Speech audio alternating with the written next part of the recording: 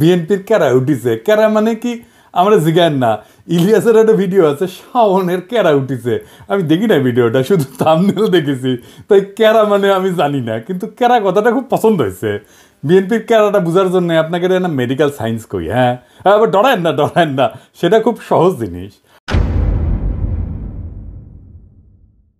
হাঙ্কারের শরীরে একটা রোগ প্রতিরোধ করার ক্ষমতা আছে, এটার ইংরেজিত কয় ইমিউনিটি।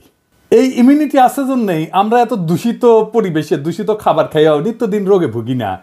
শরীরে ছোট ছোট যোদ্ধা কোষ আছে, শরীরে জীবাণু বা ভাইরাস ঢুকলে তারা জয় বাংলা করে দেয়। শুধু জীবাণু বা ভাইরাস না, আরেকজনের কিডনি, চোখের কর্নিয়া, আরেকজনের কলজিয়া আমার শরীরে যদি ট্রান্সপ্লান্ট করে ঢুকে দেয় না, করে তো তাই না, কিডনি নষ্ট হলে লাগে দেয় না আরেকজনের কিডনি উঙ্কা, তো সেটাও কলে খাইয়া দেয়। ওই যে একজনের কিডনি নষ্ট হলে আরেকজনের কিডনি নিয়ে লেগে দেয় না আরেকজনের শরীরে, এটা কয় ট্রান্সপ্লান্ট আর কি।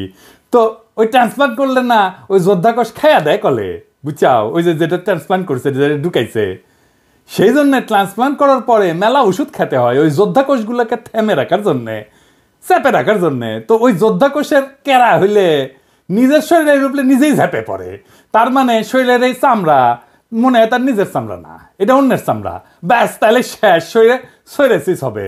এটা ছবি দেখে দেন, দেখিছেন কি বিচ্ছিরি অবস্থা, এটা করলে কোনো শ্বাসে রোগ না, ওই যে ক্যারা হয়েছে, বুঝছাও, রিউমাটয়েড আর্থ্রাইটিস মানে বাতের মতো আর কি। তো এটাও ক্যারা, হাত হুত বেঁকে বুকে যায়, ব্যথা তো আছেই, ছবি দেখান এডিটর সাহেব। তারপরে টাইপ 1 ডায়াবেটিস, ডায়াবেটিস কলে দুই ধরনের, টাইপ 1 আর টাইপ 2। হ্যাঁ, তো টাইপ 1 মানে যেটা জন্ম থেকে হয়, তো ছোটবেলাতেই হয়, এটাও কলে ওই ক্যারা রোগ, বুঝেছেন।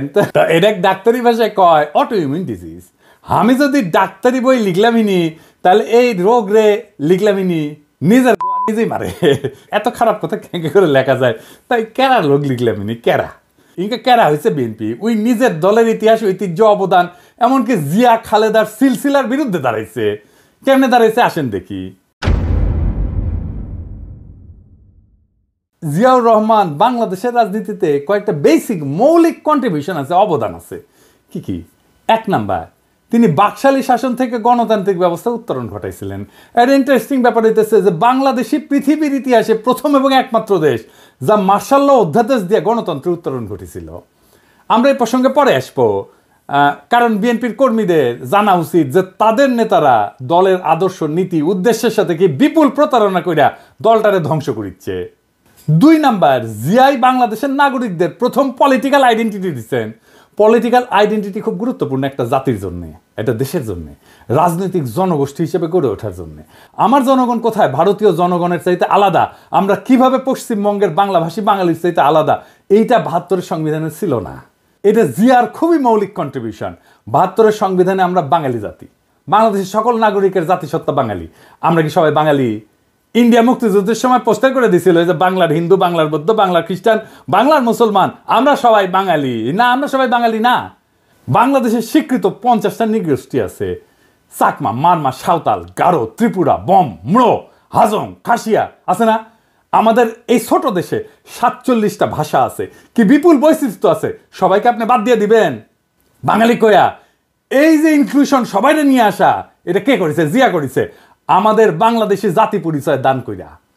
3 নাম্বার, বাংলাদেশকে পদানত রাখার ভারতীয় বয়ান মুজিববাদ, যা এই 72-এর সংবিধানের রাষ্ট্রীয় মূলনীতি 4টা: গণতন্ত্র, সমাজতন্ত্র, ধর্মনিরপেক্ষতা, বাঙালি জাতীয়তাবাদকে জয় বাংলা করে দিছিল জিয়াউর রহমান। ধর্মনিরপেক্ষতাকে প্রতিস্থাপন করেছিল পরম করুণাময় আল্লাহর উপর পূর্ণ আস্থা এবং বিশ্বাস দিয়া। সংবিধানে বিসমিল্লাহির রহমানির রহিম যুক্ত করেছিল। আমি এক এক করে দেখাচ্ছি কি কি করেছিল। সংবিধানের প্রস্তাবনার প্রারম্ভে বিসমিল্লাহির রহমানির রহিম তো সংযোজন করেছিলেন। রাষ্ট্র পরিচালনার মূলনীতি হিসেবে 8-এর ক অনুচ্ছেদে লিখেছিলেন, সর্বশক্তিমান আল্লাহর উপরে পূর্ণ আস্থা এবং বিশ্বাসী হইবে যাবতীয় কার্যাবলীর ভিত্তি। 8-এর ক অনুচ্ছেদের আর এক রাষ্ট্রীয় মূলনীতি সমাজতন্ত্রের পরিবর্তে লিখেছিলেন, অর্থনৈতিক এবং সামাজিক ন্যায় বিচার অর্থে সমাজতন্ত্র।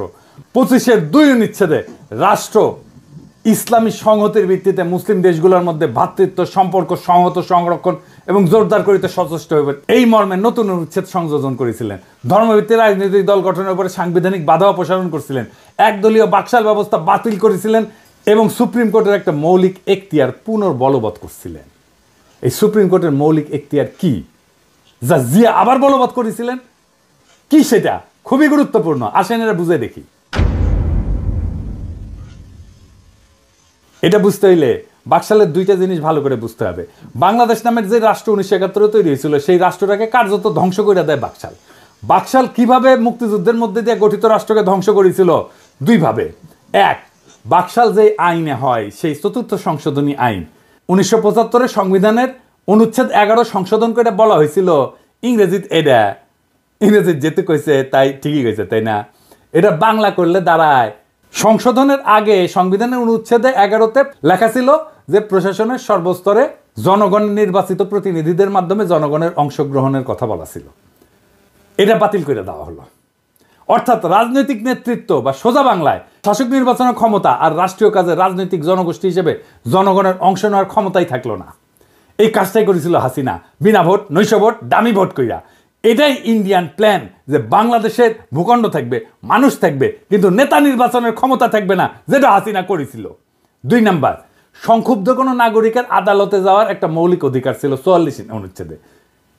বাকশাল সংশোধনীতে সে খোদ 44 অনুচ্ছেদকে বিলুপ্ত করে দেওয়া হয়।